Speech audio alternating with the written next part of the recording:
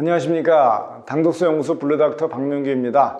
2022년이 시작됐네요. 첫 제 유튜브를 찍는데 오늘의 주제는 아토피하고 당독소에 대해서 한번 알아보려고 합니다. 지금 이 당독소를 치료하는 저희 유산균과 이 치료 약물들을 가지고 아토피 환자들을 대상으로 해서 정식 연구자 임상을 이제 시작을 합니다. 그래서 정말 이미 그리고 많은 그 전문 병원에서 아토피 환자를 대상으로 해서 저희 당독소를 제어를 했을 때 실제 효과가 아주 드라마틱하고 좋은 결과들이 워낙 많이 나오고 있고, 실제 이제 논문으로도 그게 퍼블리시되고 해서 소개를 드리는 게 필요하지 않을까 생각이 돼서 제가 준비를 좀 간단하게 좀 해봤습니다. 아토피는 피부 질환이 아니라 전신 질환이다.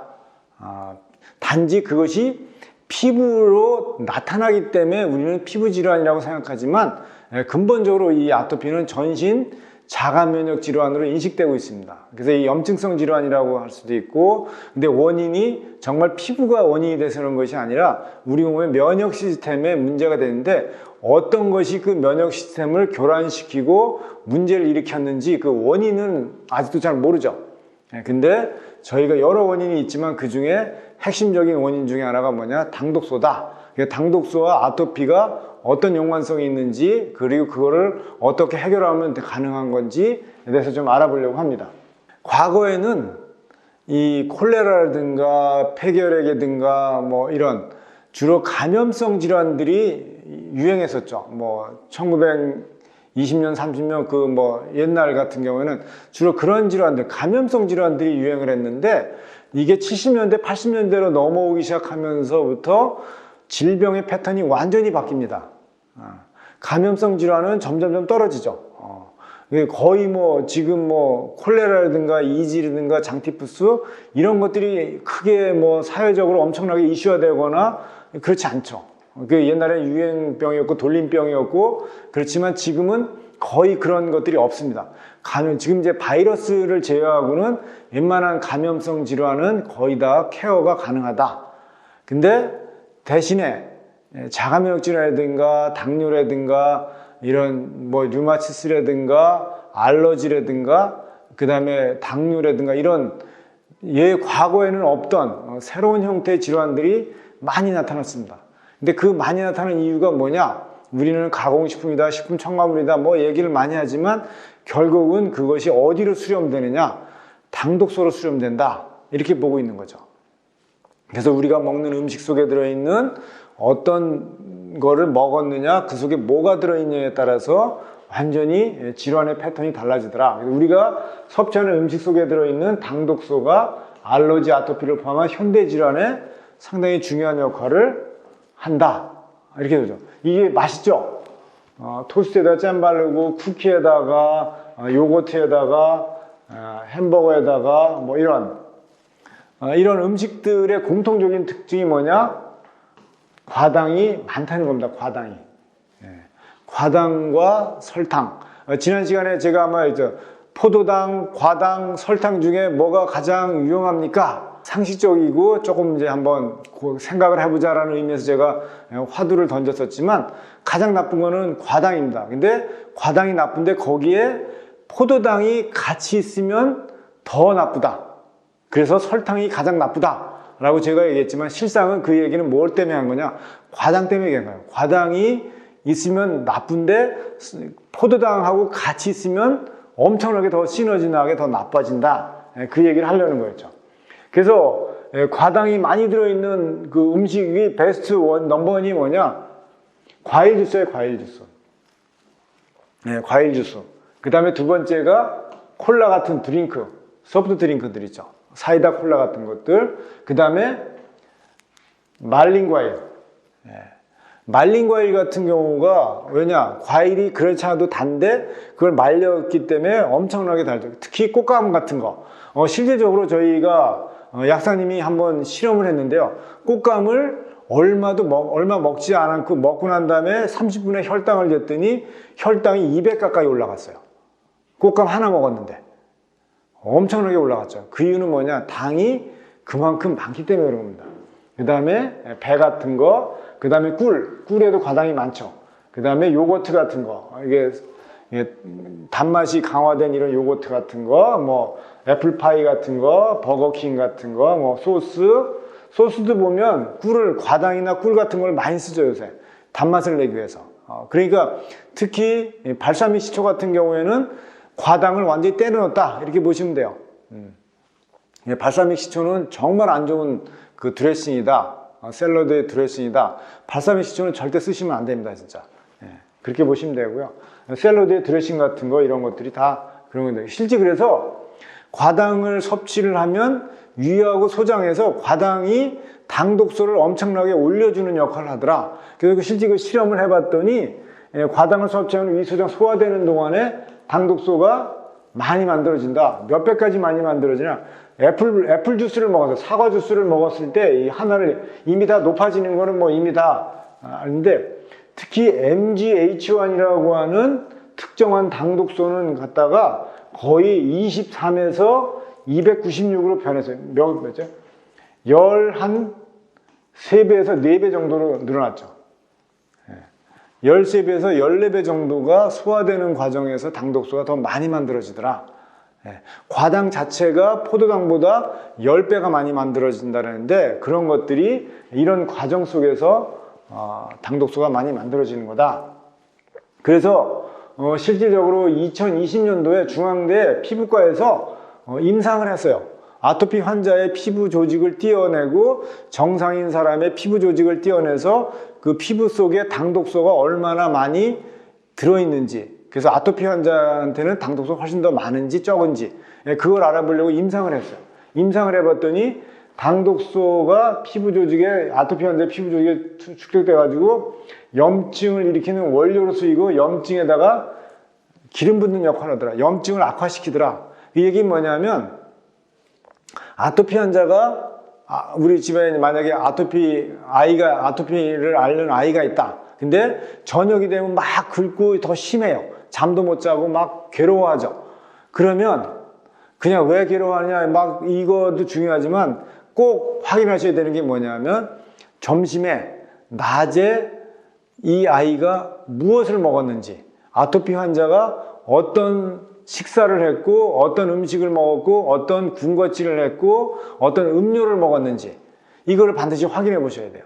확인해 보면 그날 낮에 식사를 어떤 거 했냐에 따라서 저녁 때 아토피가 심해질 수도 있고 전혀 그렇지 않을 수도 있어요.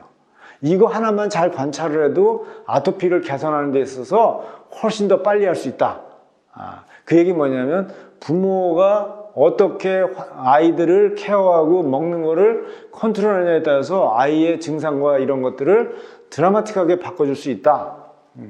근데 그게 뭐냐, 과당, 설탕, 음료, 과자 이런 것만 줄여줘도 된다. 그러면 그런 걸 못 먹게 하면 아이들이 스트레스 받죠. 그러니까 그런 것들이 안 들어있으면서도 맛있게 먹을 수 있는 요리들을 어쩔 수 없이 부모님들은 개발을 하셔야 돼요. 그리고 그런 것들이 최소한으로 들어있는 음식들을 계속 만들어야 되고, 실제 보면 정상인 사람들은 피부 속에 당독소가 거의 안 들어가 있어요. 완전 바닥이죠, 바닥. 바닥인데 아토피 환자의 피부 조직 속에는 당독소가 이렇게 많이 들었어요. 엄청나게 많이 들어있죠. 어떤 건 거의 100배 가깝게 이렇게 들어있죠. 100배 가깝게. 어떤 사람들한테. 이렇게 높으면 높을수록 어떨까요? 이 아토피가 심한 거죠. 중증으로 한 거다, 중증으로. 그러니까 아토피 환자가 당독소가 높으면 증상이 훨씬 더 심해지고 심각해진다. 그렇게 보시면 돼요. 그래서 당독소는 우리가 뭐라고 정의하느냐? 염증 유발자, 염증 증폭자, 기능을 파괴한다. 원래 피부는 우리 몸의 외부로부터 들어오는 이런 감염이든가 뭐 독소라든가 이런 걸로부터 보호하는 조직이죠. 외부로부터 우리 몸을 보호하는 조직인데, 이게 다 염증으로 파헤쳐져 가지고 그런 기능들은 못하게 되죠. 외부에 조그만 자극에도 몸이 엄청나게 반응을 할 수밖에 없다. 그 역할을 하는 게 당독소다. 그래서 실제 이거는 대전에 있는 그 SA 피부과에서 실제 당독소를 아토피를 앓고 있는 환자 아이들을 측정했는데 모유를 수유를 한 아이들하고 분유를 수유한 아이들을 측정했을 때 분유 수유한 아이들이 당독소가 훨씬 더 높더라. 그러니까 분유를 수유한 아이들이 아토피에 걸릴 확률이 훨씬 더 높다. 이렇게 보네요. 그리고 실제 아토피 병원에 내원하는 아토피 피부병 환자 105명을 대상으로 해가지고 실제 당독소를 측정했어요. 이게 진단 장비입니다. 당독소를 측정했더니 어떻게 됐죠? 다 평균값 이상이에요. 엄청나게 늘어났죠. 엄청나게 많죠. 이게 105명을 했는데 거의 95명 정도가 어떻게 되죠? 주위하고 경계 쪽에 당독소가 다 이렇게 몰려 있더라. 그래서 이 당독소를 그래서 케어를 했더니 없애고 차단을 시켰더니 아토피 증상이나 이런 것들이 드라마틱하게 좋아지더라는 것을 얻은 거죠. 그래서 대전에 있는 이 SA 피부과는 아토피 피부질환 전문 병원이에요. 그래서 아주 이 환자들이 엄청나게 여기 많이 오고 있죠. 그래서 이런 환자들, 특히 이런 케라토시스 필라리스 같은 거, 이런 아토피면서 이런 증상을 가지고 있는 환자들은 다 뭐다? 당독소가 높은 환자들이다. 그래서 모공에 이 대사가 잘못돼가지고 염증이 일어나가지고 이런 현상들이 난다. 이거의 근데 원인은 다 뭐다? 당독소가 일으키는 거다. 이렇게 보시면 돼요. 그래서 아토피 환자가 과당을 피해야 하는 이유는 뭐냐?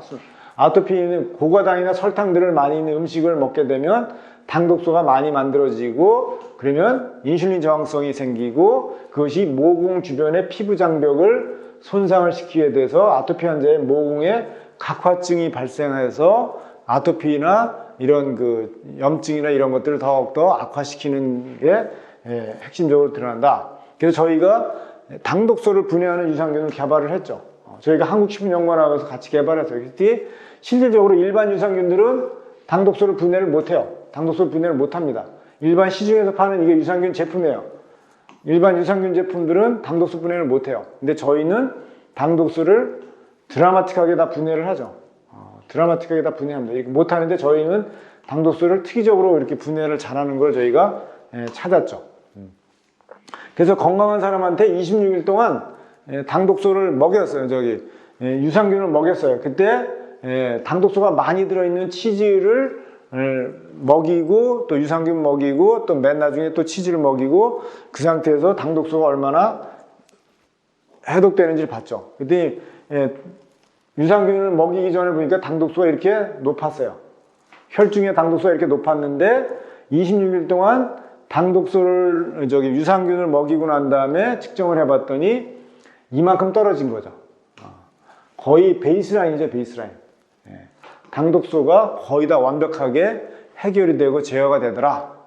그래서 이 유산균이 음식을 통해서 들어오는 당독소를 효과적으로 제어를 할 수 있다라는 걸 확인했고요. 그랬더니 당화혈색소가 8%가 없어졌고 내려갔고 LDL 콜레스테롤이 20% 떨어졌고 AST가 20% 떨어졌고 혈중의 ALT, 간의 염증을 일으키는 거는 45%가 떨어졌죠. 그러니까 염증을 낮추는 데 있어서 정말 당독소가 탁월하고 간을 보호하고 염증을 없애는데 상당히 좋고 이런 고지혈증 같은 거, 나쁜 콜레스테롤 같은 거를 낮추는 데도 상당히 좋더라.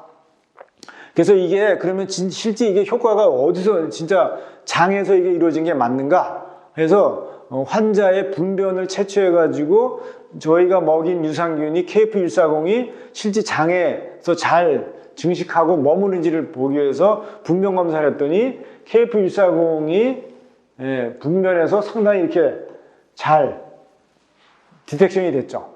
검출이 되는 걸 보면서 얘가 장에서 잘 살고 정착하고 있구나 라는 걸 저희가 확인했고요. LDL 콜레스테롤 잘 떨어지고 ALT 보세요. 이렇게 막 80, 90 이렇게 있는 환자들이 뚝뚝 떨어지죠. 6, 70 이렇게. 간의 지수들이 다 떨어진다, 다. 거의 다 이 숫자가 거의 다 비슷하게 다 떨어졌죠. 그래서 상당히 효과가 좋더라. HbA1c도 이렇게 잘 떨어집니다. 당화혈색소도 상당히 잘 떨어지는 걸 봤죠. 그래서 이 아토피와 당독소를 해결하는 거 이외에 뭐를 더 추가를 하면 아토피를 개선하는 데 좋을까? 딱 두 가지를 더 추가하는 겁니다. 아연하고 비타민 D. 아토피 환자들한테서 비타민 D가 부족하다는 것이 이미 임상적으로 잘 알려져 있고요. 그 다음에 아토피 환자들한테는 아연이 염증과 면역을 정상화시키는데 상당히 중요한 역할을 합니다. 그래서 아연과 비타민 D가 추가로 보충되는 것이 상당히 중요하다. 그래서 실제 저희가 피부과에서 내원하는 환자들을 대해서 저희 회사에 그 아연 제품이 있습니다. 아연 제품. 저희 아연 제품을 가지고 100케이스의 아토피 피부염 환자들한테 임상을 했을 때 스테로이드하고 병용했는데 아연을 투여를 15일 동안 60에서 80mg을 투여를 했더니 하고 효과가 좋아지면 이제 20에서 40mg을 낮췄죠. 근데 대략 보니까 효과가 2주 정도가 지나게 되면 아토피의 가려움증이 개선되고 거의 다 효과가 보더라. 거의 모든 환자가 다 효과를 아연만 투여를 했는데도 보더라. 그래서 여기에 이 당시에는 이제 이 에이지 당독소를 하는 솔루션이나 이런 것들이 없었기 때문에 그렇게 한다면 훨씬 더 지금 더 좋아질 수 있겠죠. 근데 아연이 또 어디에 되냐? 건선에도 상당히 괜찮더라. 그 다음에 여드름이라든가 잇몸 질환 쪽에서도 특히 베체트 같은 경우 잇몸 질환은 탁월한 효과를 보여줄 수 있다라는 게 효과가 있죠. 그래서 아연이 이렇게 아토피와 이런 베체트라든가 건선이라든가 여드름이라든가 이런 데서도 상당히 효과가 있기 때문에 이 당독소를 분해하는 유산균하고 같이 쓰면 훨씬 더 좋겠다. 그래서 아토피의 최종 솔루션은 어떻게 돼요? 이게 병원에서 쓰고 있는 솔루션이에요, 실제. 병원에서 대전에 있는 SAP부과가 지금 하고 있는 솔루션입니다. 그게 뭐냐면 고과당의 음식을 무조건 피하라. 아까처럼 음료든 과자가 됐든 과일이 됐든 이런 과당이 많이 들어있는 음식은 피하라. 그 다음에 리팍시민이라고 하는 항생제를 써요. 근데 이거는 우리 몸에 흡수되지 않고 장에서만 그 나쁜 균만 죽이는, 선택적으로 죽이는 그런 항생제예요. 그래서 이게 이런 내성이라든가 이런 것들을 상당히 그래도 그런 리스크를 좀 줄여주는, 장내 유해균을 제거하는 리팍시민이라고 하는 항생제를 쓰고, 그래서 빨리 유해균을 없애고 그때 당독소를 분해하는 유산균을 쫙 집어넣어 주는 거죠.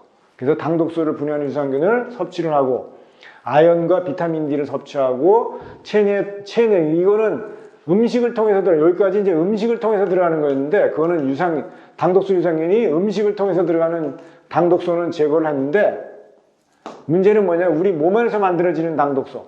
몸 안에서 만들어지는 당독소는 유산균 가지고 안 되거든요. 그래서 몸 안에서 만들어지는 당독소는 그거에 효과적인 특정한 아미노산이 있어요. 그 아미노산을 같이 섭취를 하게 하고, 그 다음에 피부에 보습제를 바르게 하고, 이 과정만 가지고도 상당히 드라마틱한 결과가 나온다. 그래서 이런 것들이 이미 아토피 그 전문 병원에서 이런 그 솔루션들이 활용되고 있고, 당독소가 실제 아토피에 아주 상당히 중요한 역할을 하고, 또 이거를 해결하는 것이 실제 임상적으로도 효과가 있고, 저희가 그래서 이런 것들을 기반으로 해서 정식 임상을 저희가 이제 시작을 합니다. 1월부터. 그래서 이제 한 가을 정도쯤에 되면 이제 결과가 나올 텐데, 그 결과가 나오게 되면 제가 또 잘 준비해서 소개하도록 하겠습니다. 감사합니다.